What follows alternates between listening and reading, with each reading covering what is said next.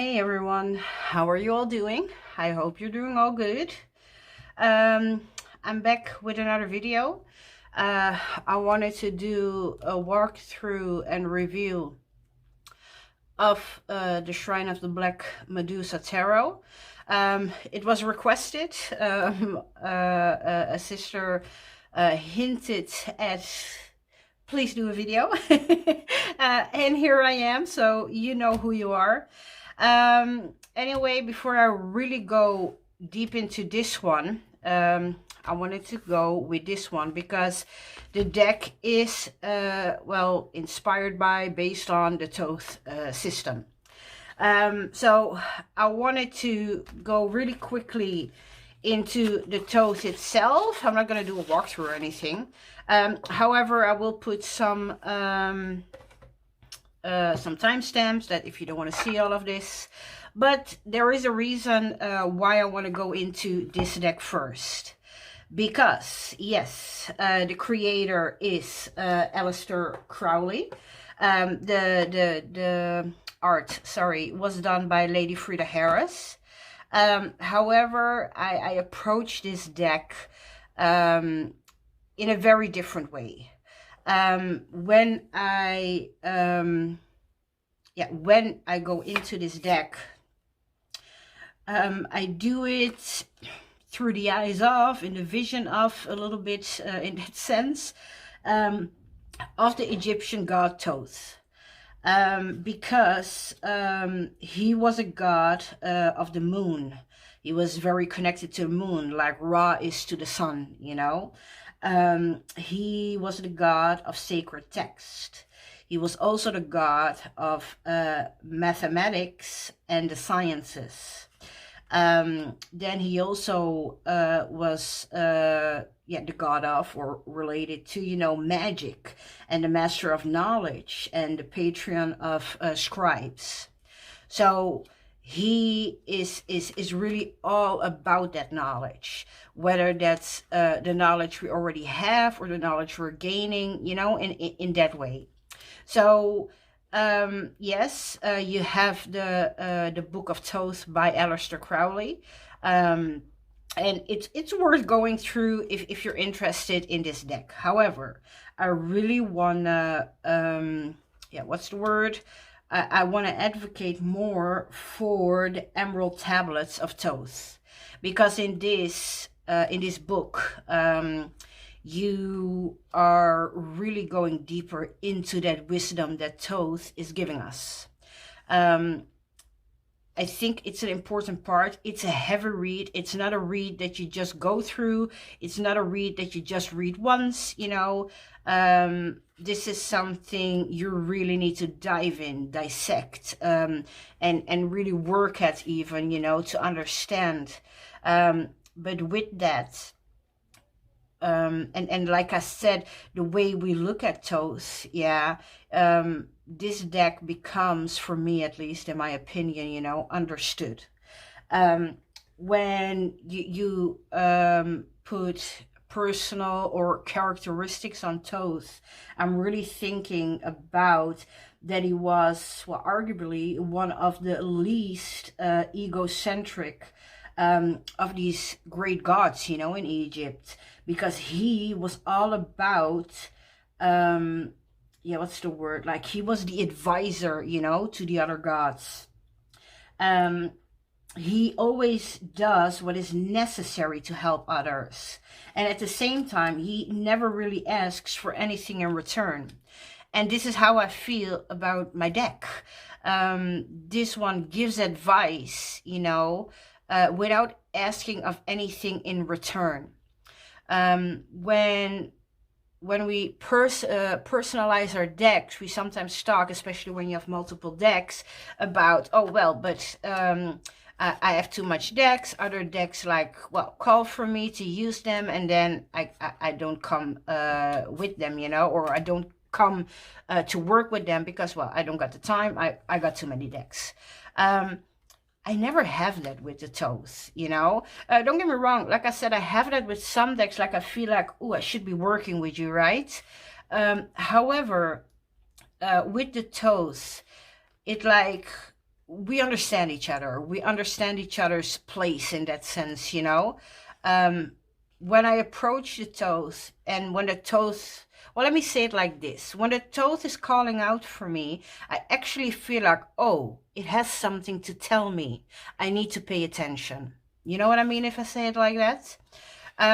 So yeah, the Thoth for me is a system that, in my opinion, you cannot replicate. You cannot, well, almost it's like you cannot put your own interpretation on it, because then it's not Thoth anymore.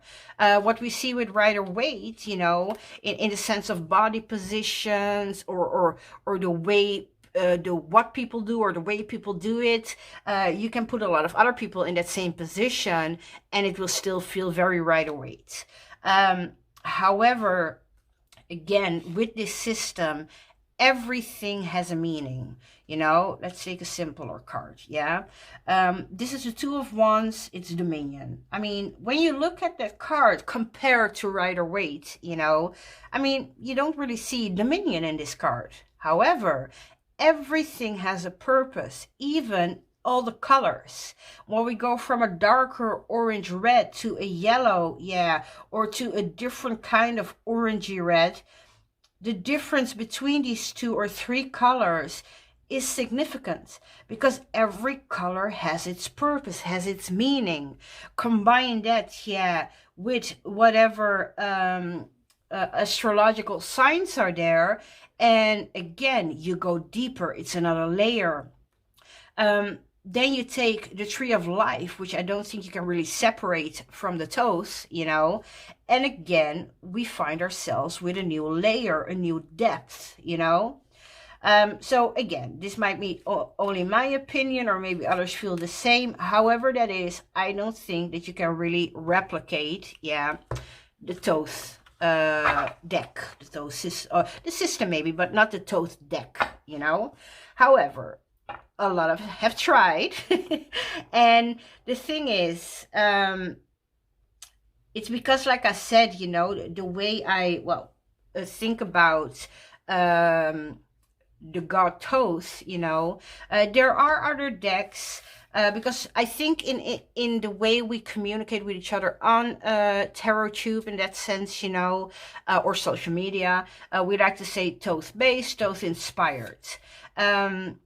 And maybe you might disagree with me. I always feel like it's rooted in Thoth. Like they took that wisdom and then they went, well, their own way in that sense. And there are a few decks that are, well, however you want to call it, you know, that are Thoth based or inspired or rooted, whatever, that I do enjoy. I'm not going to go through everyone. I will just show a few and I will pick one to go through. The Heindel Tarot is for me a very, very deep deck. Okay, let me go very quick. Otherwise this video will take forever, right? But very quickly. It's, let me put this away. I'm so sorry. I'm a mess. It's definitely different, right? I mean, he even uses the I Ching system in this, which I'm not really interpreting in that sense. Maybe if the book says something, you know. But overall, yeah, it's, even though it might be inspired or based on Thoth, you know, it's a very different yeah, vision, right? Visualization, what we see here. However, I do believe that however you want to approach the Heindel Tarot, it comes with a lot of wisdom. And again, I don't mean this in a negative way towards the Rider-Waite Smith, that it doesn't contain any wisdom. I don't mean that. But where, okay, how could I say that? I think where the Rider-Waite decks, not all decks, but most of the Rider-Waite decks could be like everyday easy readers, maybe in that sense. You know, I can shuffle, I can plop down 3 cards, you know, and I can have a reading.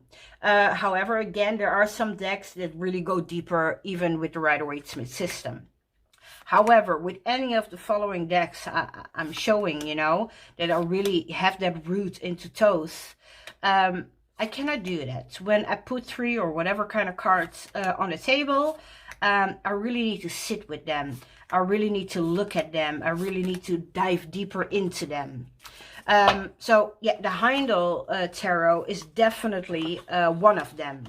This for me is not a deck, like I said, that, well, you maybe just get in that sense, you know, you really do, well, need to work for it in that sense. The same, yeah, with the Tarot of the Spirit. What I like about this one, that we see a little bit of that sacred geometry back, which again for me is what Thoth is all about, in that sense of, like I said, with Thoth the god, you know, he is the god of mathematics, sorry, and the sciences. And I think you really see that in the way the geometry, the sacred geometry, yeah, is approached. So yeah, again, you know, in that sense, I do see that coming back in the Tarot of the Spirit, but not in all cards. So even though it's there very clearly in some cards and then a little bit less in others, but a very deep deck. It really taps into that for me, you know, like that Thoth wisdom of the original Thoth deck. Then very quick, these two that I have that are, well, based in that Thoth system in that sense, but she too, the creator, she tapped into that wisdom and really visualized the meanings and put them on cards in that sense. They're very stimulating, you know. They really make you think. They really make you tap into that deeper wisdom. But again, because it's visual, the visual is so different, that even though it brings a great deal of wisdom, in my opinion, yeah, it's still, you cannot, because it went another way, you cannot compare it anymore to Thoth. Again, my opinion, you know. And then this one, the Journey of the Sacred Bee, also a Thoth system. In all honesty, I didn't know. I have a whole story behind this deck. I already told it in one of the what's it called, collection videos, but by the time I got it and I went through it, I saw that, well, it was a Thoth based deck. The thing I do like about this one is it's very colorful, so those colors really play a part back, you know, into this deck. And she definitely used a lot of sacred geometry. Maybe not in all cards in that sense, but you definitely see that coming back. Also, you have the titles of Thoth. I think that some were a little bit different, if I'm not mistaken. But overall, yeah, she really, again, even though it's different, but she really, in my opinion, tapped into that Thoth wisdom, you know, and visualized in that sense the way she sees it. But again, because I think all of us have a different perspective, and the moment we put that down, we put so much of ourselves in there, you know, that in that sense, in the Thoth, I feel you cannot compare it anymore.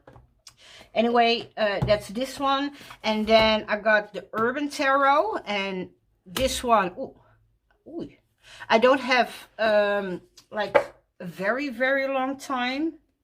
I'm sorry, I think I, well, kind of damaged my box.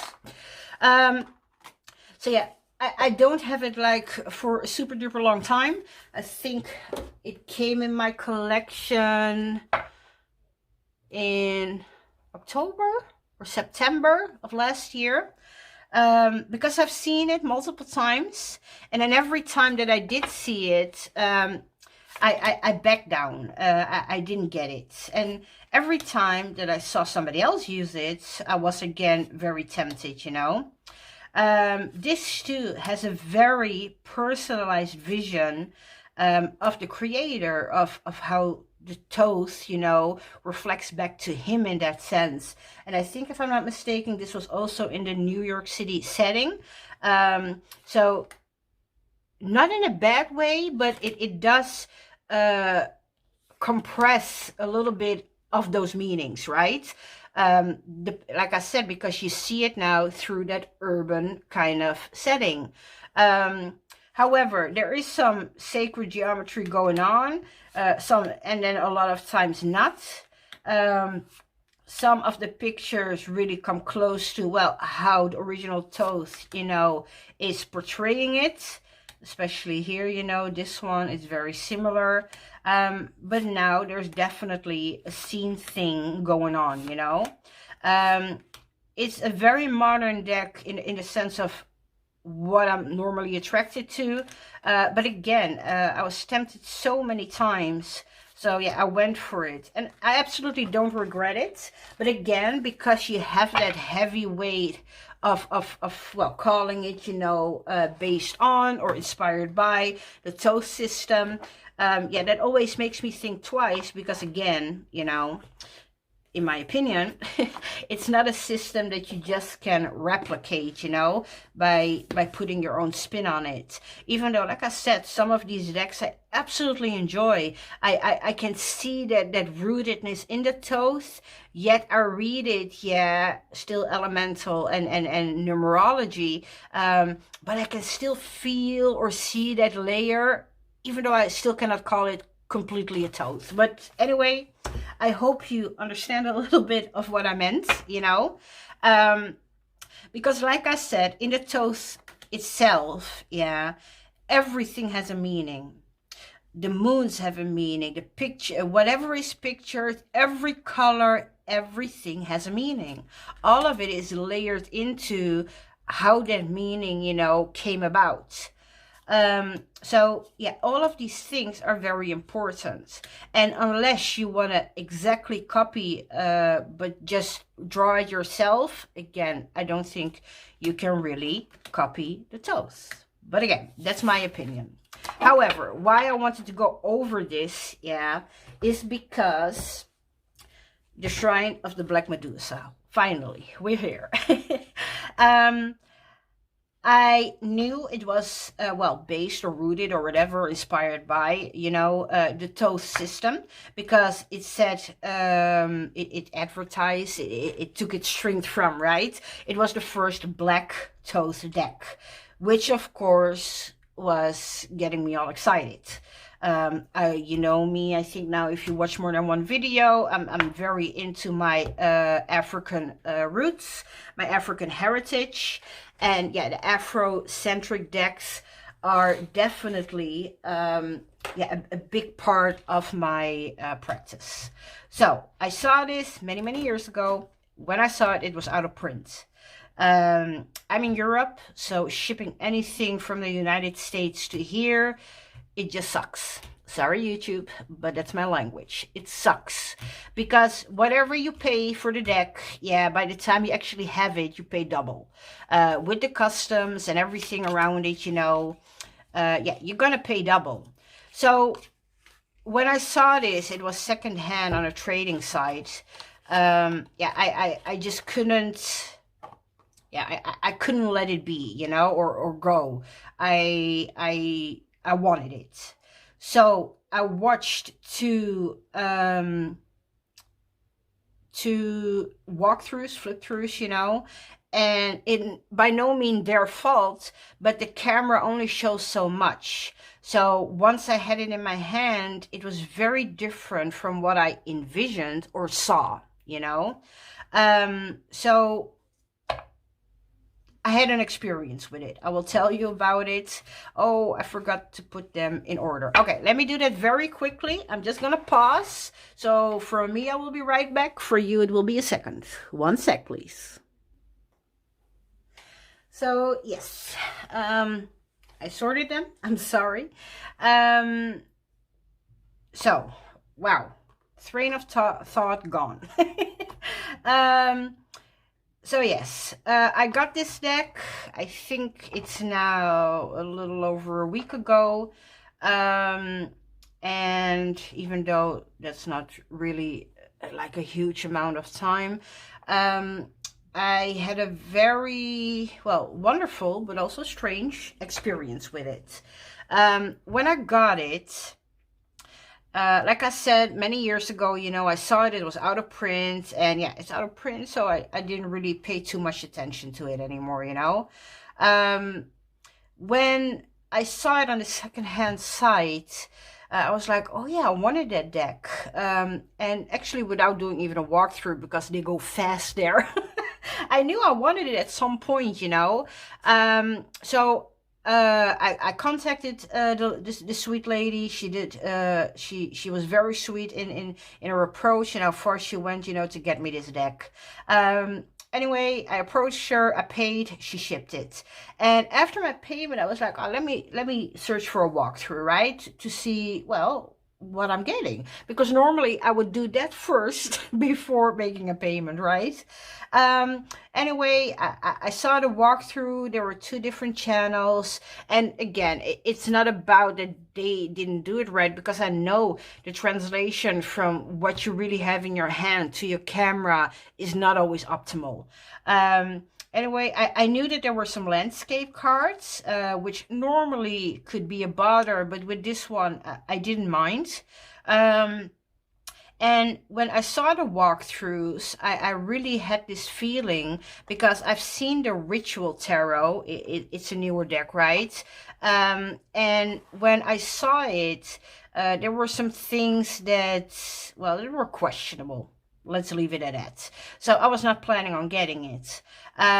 And then when I saw this and I paid for it, and I watched the walkthrough, I was like, oh, this could be great for filling in that space, because there were a lot of things I didn't like about that deck. However, I like the busyness of the collage art. I like the size. I wish this were a little bit bigger, but that's beside the point. So the things I did like about that deck were things I saw now in this deck. So I was like, hey, that's a good buy, right? I'm going for it. So then I got the deck, and I just, like now, it was, I don't know if the lady used it or not, because it was in top condition. If she used it, she put everything back in order for me.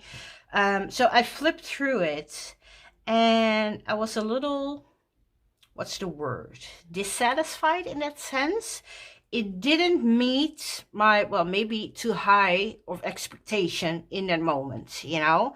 And I was a little bit disappointed. I was like, okay, well, I bought it. I mean, that's gonna be it. But maybe, you know, I'm just gonna have it as one of my Afrocentric collections. However, it's not something I like to do, because I'm very peculiar and particular in how I want to use my decks. But I was like, you know, maybe it's just not for me, right? I was in the background, YouTube was playing, which I was not paying attention to, because I was going through the cards. And by the time I was done, the moment I paid attention a little bit to sound again, you know, around me, I don't know who it was that I was watching in that moment, but somebody was apparently done with flipping through a deck and made a mention of, oh, I really love this deck and I want to do a deck interview with it. And I was like, oh, well, I don't normally do that, because I know how I want to use my decks. But with this one, I was a little bit at a loss. So I was, you know what, maybe that's a good idea, right? Let's do a deck interview. So I shuffled the cards, you know, with all that anxious energy. I didn't really know what to do about it. Excuse me. And I put 3 cards down, and something amazing happened. Normally, I need to get to know a deck, right? This deck already knew me. It was calling me out about how much it knew me, you know. I mean, the first card was really about, yeah, you have this mask on, you know, with that project this calmness to others, but your brain is like, well, a big mush of thoughts, right? It's so hectic and busy in there. And that really reflected about how I was looking at these cards in that first moment, you know. And again, it was kind of calling me out. But then it really talked also about how we were going to work together and how she was going to support me.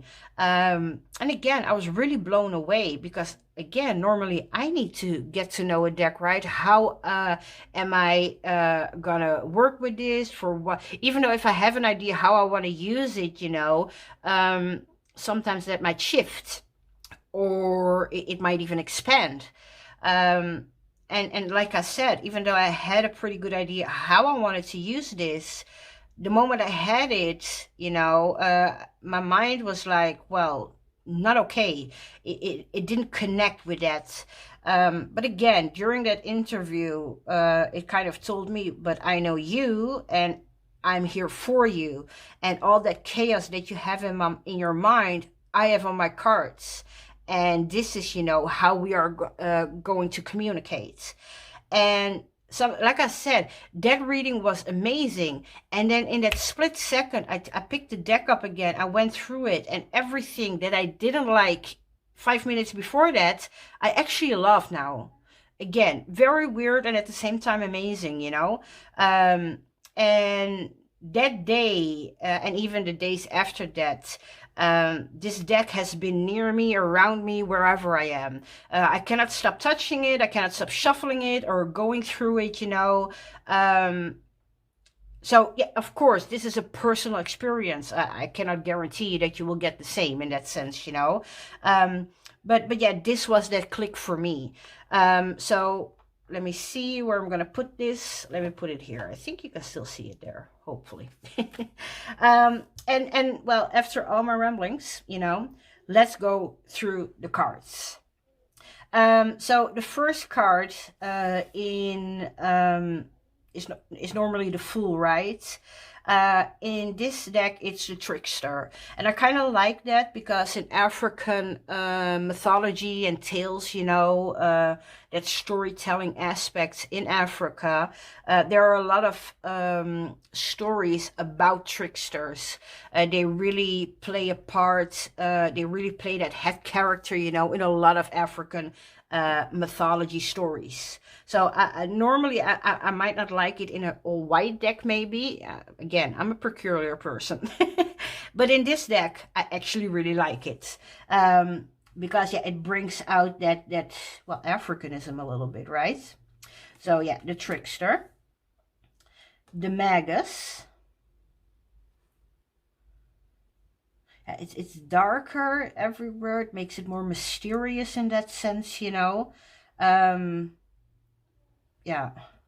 And yeah, this is a little bit why I wanted to talk about the Thoth, because even though there is a layer of Thoth somewhere in here, I really want to look at it for what it is, for what it gives me in this moment, because I think this is where I messed up, when I approached this deck. So yeah, like I said, that darkness, that mystery, I kind of like it. Okay, and then yeah, you have some cards that are yeah, landscape. Let me for a second go like this. Normally, again, not the biggest fan with this one. I can dig it, I like the dark colors, the darker background. It really feels for me like, yeah, lifting that veil, that, yeah, what's behind it.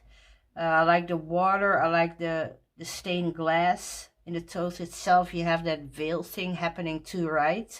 This is, of course, a very different, well, look at it in that sense. Okay, let me go back like this. The Empress. See, this is what I mean. This was one of the first cards that I was like, ooh, but the picture is not clear. I don't know if it really translates even now with my camera, but there is this, yeah, this extra layer going on that makes the picture not clear. And again, in my first initial look through when I got the deck, that kind of bothered me with other cards as well. But again, I really changed my mind on it. And that was, well, because of the deck itself. It made me change my mind. The Emperor. You see here the colors of the Thoth deck coming back, sorry, and the fire element. However, the rest of it is all a greenish color, a darker color, which again for the Emperor is very different, right? The Hierophant, again, a little bit of everything going on. You really need to look, and that's what I mean with these different decks that are under that Thoth umbrella, so to speak, right? They might not be Thoth in my opinion in that sense, and yet there is so much going on that you really need to dig deep. And again, that is something I like. The Lovers.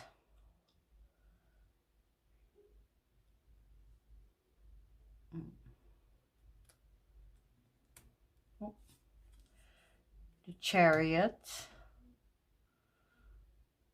Again, there's so much going on. You got a car thing going on here, and music, and it's almost like a chapel of some sorts. Again, you really need to, well, with a loop, you know, go in. Oh, see, after a week, I didn't see it. A lion. How did I not see that? That's what I mean. Okay, that's amazing. Adjustment.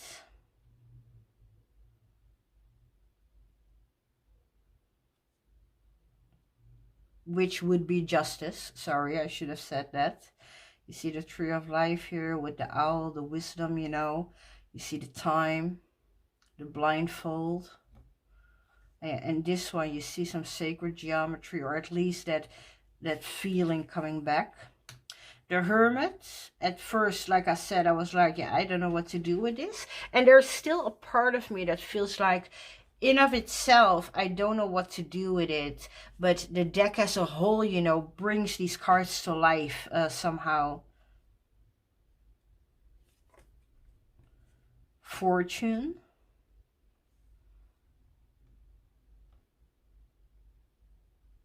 You have a lot of elements here coming together. Lust.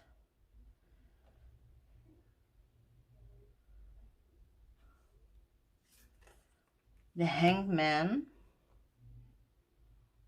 And this too, in the Thoth, I don't know if I can find it really quickly. Here in the card, the red triangle, the symbol for water, right? Which is the same symbol used, of course, in the Thoth. However, I'm trying to find it really quick to really show those differences. Oh, come on, quick, quick, quick. You ain't gotta be quick about it, huh?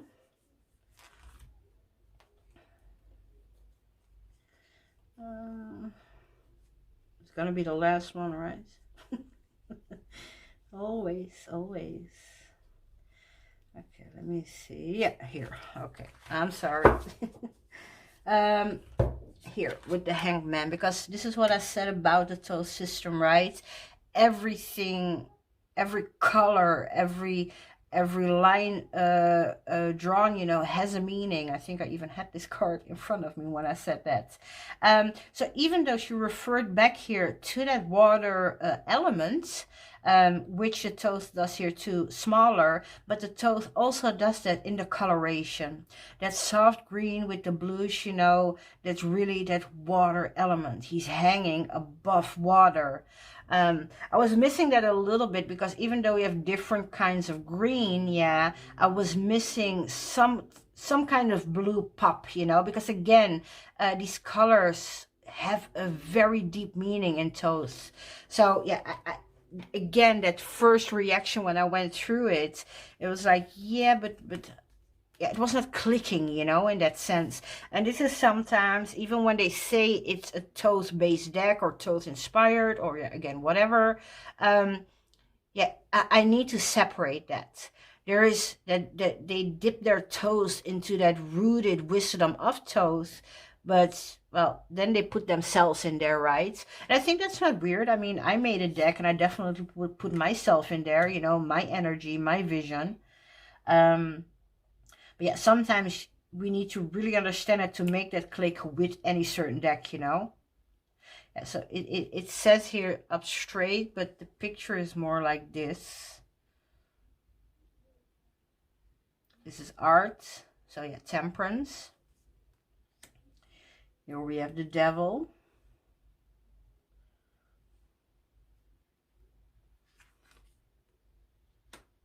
The tower.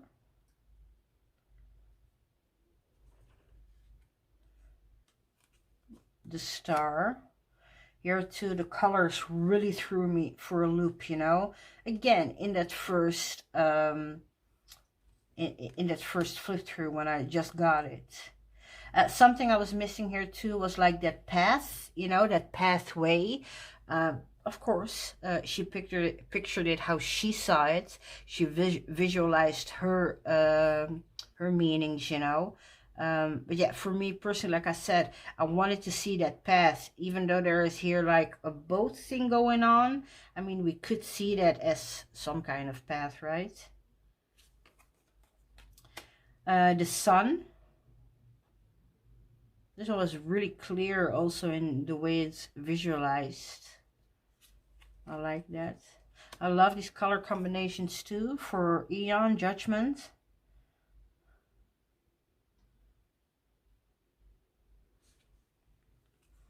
And the universe.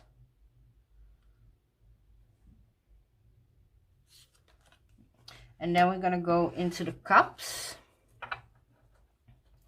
This is the Ace of Cups. I'll put them aside.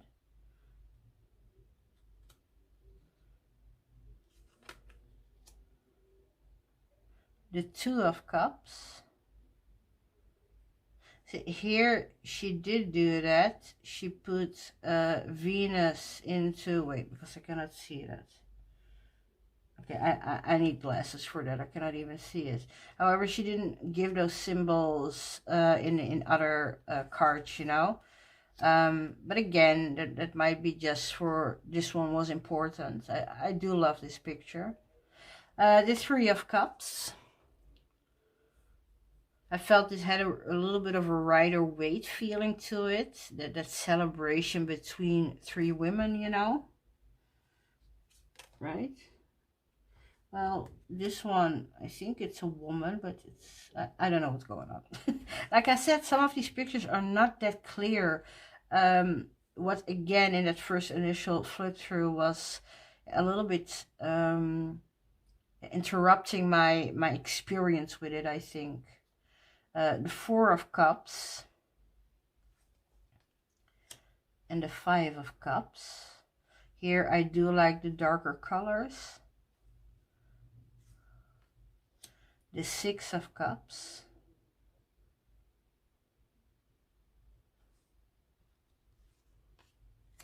This one is landscape again. It's the Seven of Cups. I was wondering the last time I saw this if that was Beyonce. I think I don't know for sure. I know there are multiple famous people in here, you know.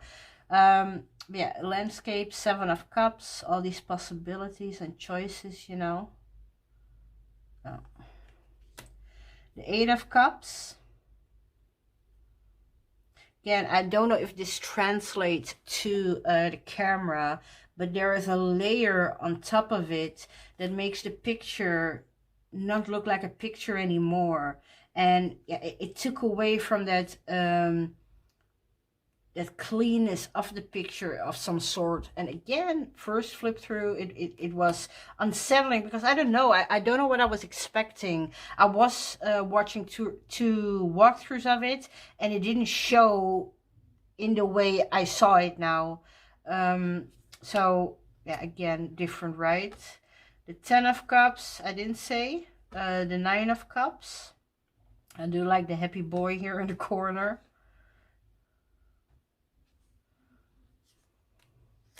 The Princess of Cups.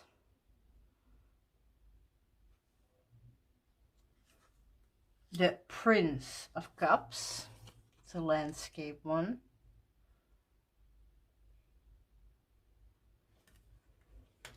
The Queen of Cups. And the Knight of Cups. See, I did like that in this one a little bit less, but in these two she really used those blue colorations, right? So they really stand out in that sense.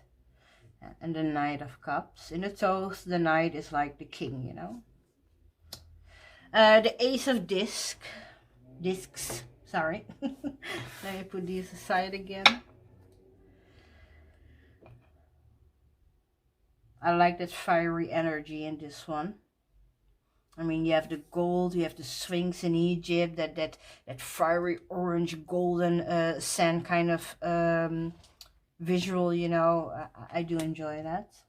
The Two of Discs, again, it was a little bit too dark for me, that initial flip through.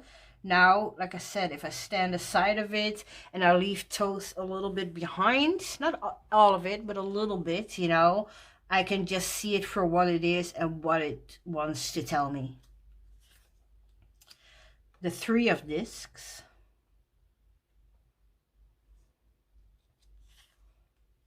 The Four of Discs in landscape.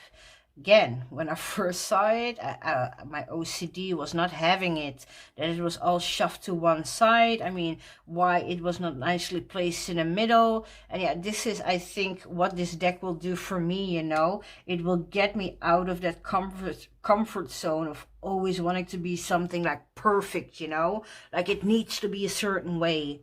The Five is also landscape. So yeah, I really think that a little bit like the deck already talked to me about, right? That chaos that I have in my mind compared to the calm I portray to the outside world, you know. I think this might be a deck that really takes that mess out of my head and actually puts it on the table in that sense. Well, it already did that multiple times. The Seven of Discs.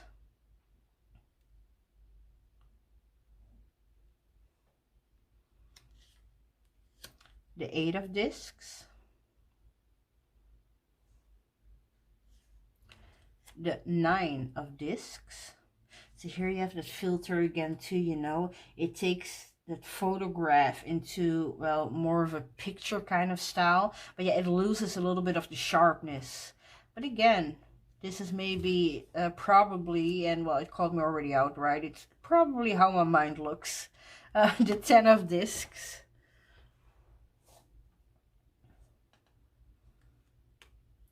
And then we go in the quartz again, the Prince of Discs. The Princess of Discs.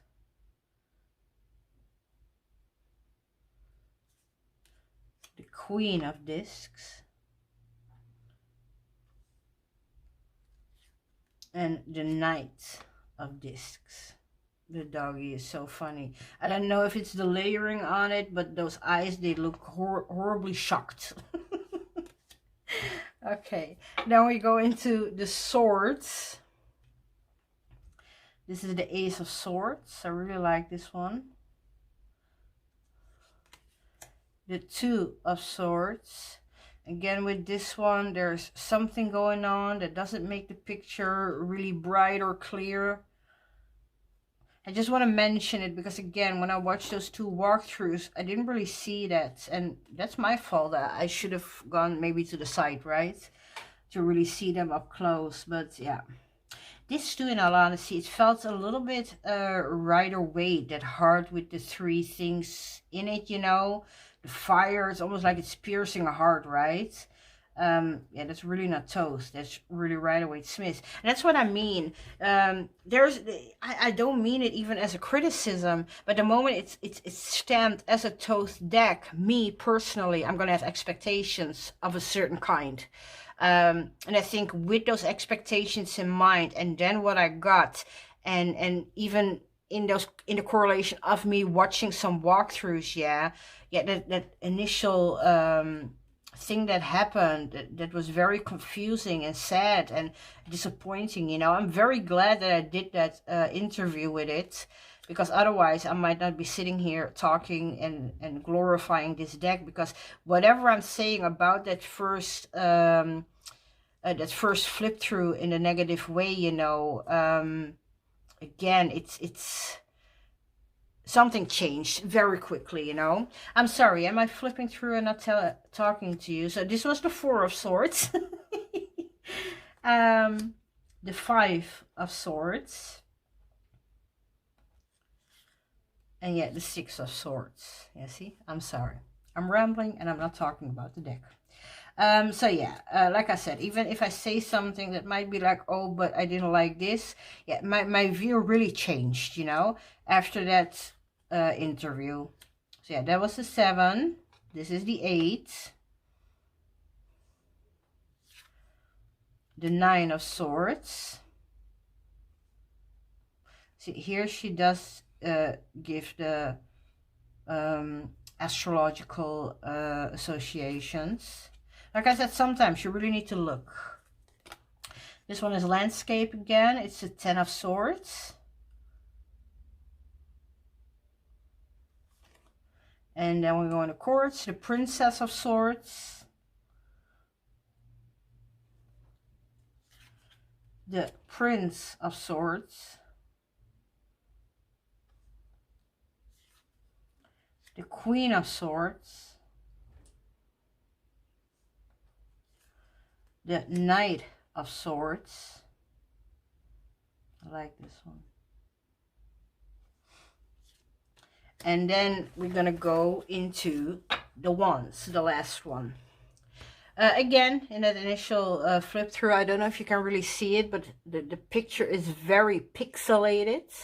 So I was really having that first initial thought of, yeah, it's not clear, you know.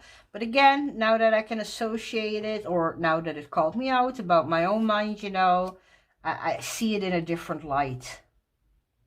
One that I actually enjoy very much. The 2 of Wands. The 3 of Wands. The 4 of Wands.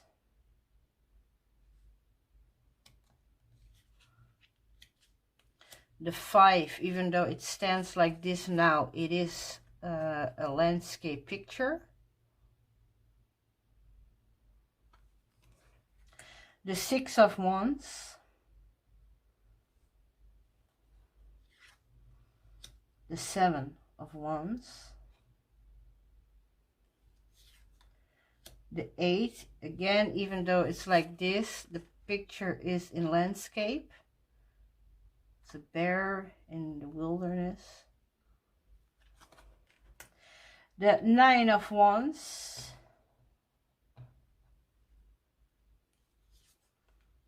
The 10 of Wands. I like the chaos in this one. All the lines, they go in each way. I'm enjoying that. And then the Courts, the Princess of Wands. Very fiery, the color. I like that. The Prince of Wands. Well, he may, in my opinion, he could have used some pants, but okay. I'm joking.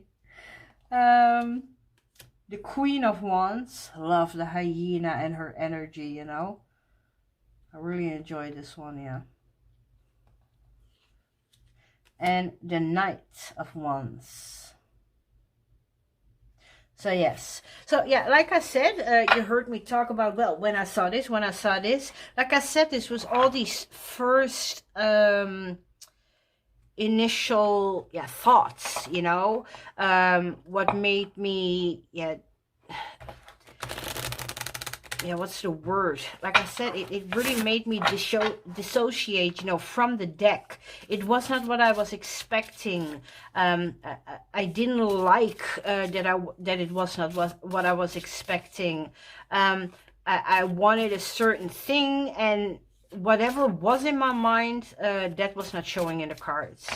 And again, I'm very happy that I did that interview, you know, because it changed my perspective of this deck, in like 5 minutes, you know.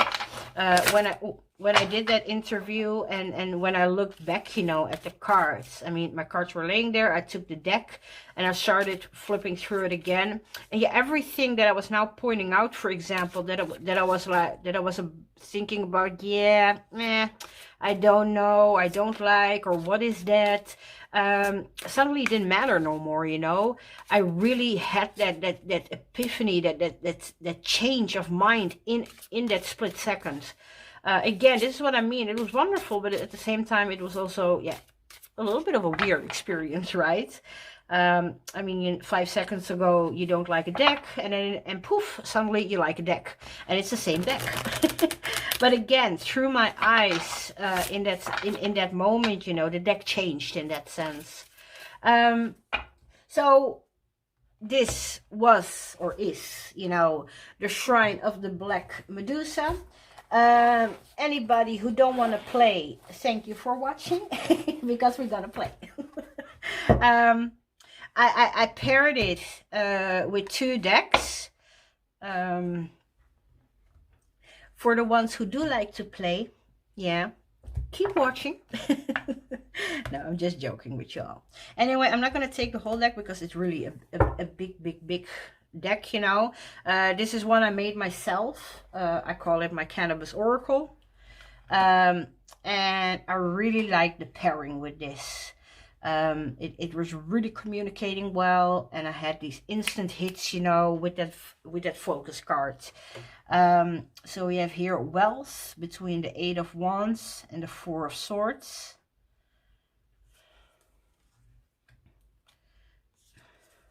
Well, if that ain't expression, I don't know what is.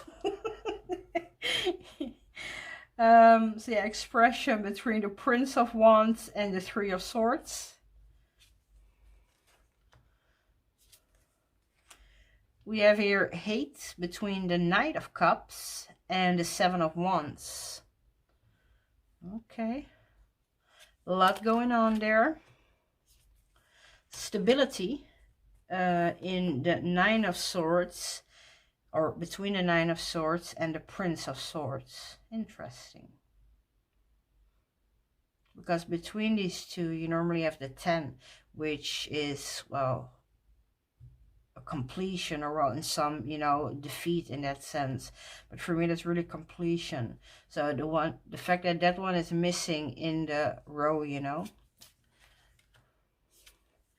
Love between the Tower and the 5 of Wands. Okay, a lot going on there. But yeah, again, this one I was really enjoying working with in combination with the tarot. I was looking through my decks and I couldn't really find anything that spoke to me, except one. I will show that one in a second. So one more. Loneliness between the Prince of Cups and the Queen of Discs. Okay, then I will change this one for a second. Yeah, so yeah, this one, like I said, it's one I made myself. It's my Cannabis Oracle, and this one has a very specific purpose, why I use it for, why I made it. So when I was initially, because decks I make myself, they have a space here on my reading table. So when I was in the closet where I keep all my decks, in the cabinet beneath my ancestor altar, I couldn't find anything except this one. I mean, I need to praise this deck for the simple reason, yeah, it pairs with everything. If I'm ever in doubt, if I don't have a good pairing, or any of that, you know, I can go to my trusty daily crystal inspiration cards and it will work out for me. The only thing I'm not liking is the glossy, sticky cardstock. It's Hay House, so if Hay House ever watches this, please change the cardstock on this one. I will buy another copy. I'm still gonna keep this copy, but I will buy another copy. It's just very sticky, but yeah, great messages. It pairs with just about everything. I think it's the most versatile deck that I ever have had or will have in that sense. Again, it pairs with everything. What I like is when you see the colors in the crystals and how they may correlate back, you know, especially in like a deck based in Thoth, right? For example, here in the sky, you know, that blue. Support is all around you. Between the 7 of Swords and the 3 of Cups. Here we have Amazonite, losing your grip, sorry, between the 6 of Swords and the Queen of Cups. And yeah, again, I'm going very fast, right? It's a different kind of green color green, but yeah, you see definitely green coming back here too, right? And that brownish around it, you know, it's almost gold. Yeah, we have here some brown things going on. Sunstone, here that orange you see under in here, you know. Take pleasure in the things you do. So yeah, this one, like I said, it's almost always a hit. I don't think I have a deck that I would be like, no, I don't like to pair that one with. I like that vocal point, simple key phrase, you know, it's not just one word, but it's more like a little phrase, yeah, that you can, well, take or leave. But again, I do really enjoy the combination here. Pyrite, let the money flow in between art and adjustment. And look at that color in the background. It's really fitting, right? So yeah, I'm definitely enjoying this one. Ooh, see that pop. Okay, one more then. Ooh, I need to change, but this, and look at the colors in the Magus, the Magician. Yes, speak your truth between the Queen of Wands and the Magus. So yeah, like I said, I like these combinations. If you have a good combination for me, if you have this deck, or you have a great pairing in mind, you know, by all means tell me. I could always use some extra inspiration. So yes, with this one, like I said, I even though it's a week and a half or something that I have it, yeah, it really it already took me on a journey in that first day, you know. So in that sense, yeah, it's definitely, yeah, a deck worthwhile, again, in my opinion, in that sense. Everybody has their own opinion. Sorry. So yeah, these were my favorite pairings. One I did myself, the other one, again, the Daily Crystal Inspirations. A very versatile deck. With this one, whether you have that instant connection or not, you know, if you like these art styles, if you are into Afrocentric decks, right, if that's something that you're really looking for, I can definitely say that in my opinion it's worthwhile. But again, you need to think for yourself, right? Like, is this something that I'm going to use? How am I going to use it? Or how do I think I'm going to use it? And yeah, even if you have a deck already and you feel like, yeah, I don't really know what to do with that, you know, well, like I said, for me it was a little interview. Whatever the case is, try to see if you can make that work. And otherwise, like I said in another rambly chat already, you know, yeah, if a deck doesn't work for me, I let it go. So the fact that this one gave me that, well, runaround, right, I was very happy with, because it was not a deck I was willing to let go, and at the same time in that moment I was, yeah, really confused by it, right? So again, I'm very happy that this is working out for me. She and I are not done yet. Like I said, because it came like a week and a half ago, let's say beginning of January, right? The thing is, I always work, I always let the decks that come in sit there on my desk here, you know, for about a month. Yeah, really working with them, really getting to know them, and then they will take their place, because yeah, I have different spaces. The biggest closet is next to me in my ancestor altar. Underneath it is a cabinet. I have there the decks that really have a specific purpose.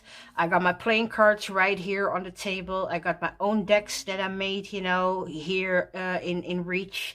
And I got some general decks. For example, this is one of them, because this doesn't have that kind of specific purpose.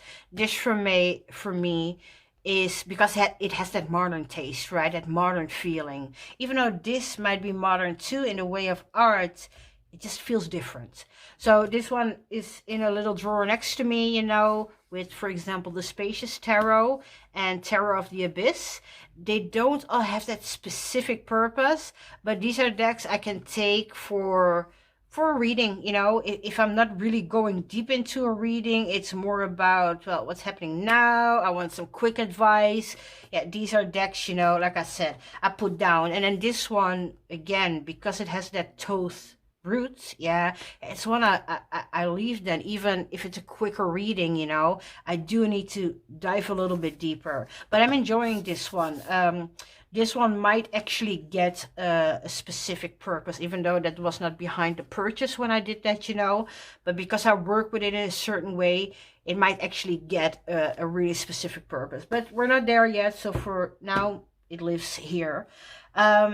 Yeah, and like I said, these new decks, you know, I really need to fill them out. I want to work with them. And I'm afraid some of my other decks, yeah, they're getting, even the newer ones, right? The last week they had less attention because I went from not really being sure and meh, you know, about this deck to actually really loving it, getting really excited about it, being amazed by it, and all of that, you know. Like I said, it was definitely a roller coaster. It took me for a spin, this one. Okay, I think I said everything I wanted to say about this deck. However, if you have questions, please feel free to drop them in the comment box.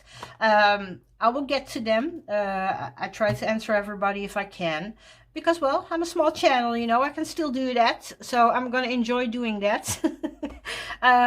However, again, this was walkthrough review, you know, of the Shrine of the Black Medusa. I hope that you enjoyed it. Again, if you have any questions, please feel free, you know, to ask them. But until that time, that the new video, or where I pop up again, you know, is here, I want to thank you very much, you know, for watching, for being a part of it. To the sister who requested this, I hope that you enjoyed it and that you got your answer, whatever that may be, you know. And again, thank you for watching, and I hope to see you soon again with a new video, with a new topic. Okay, thank you very much. Bye bye.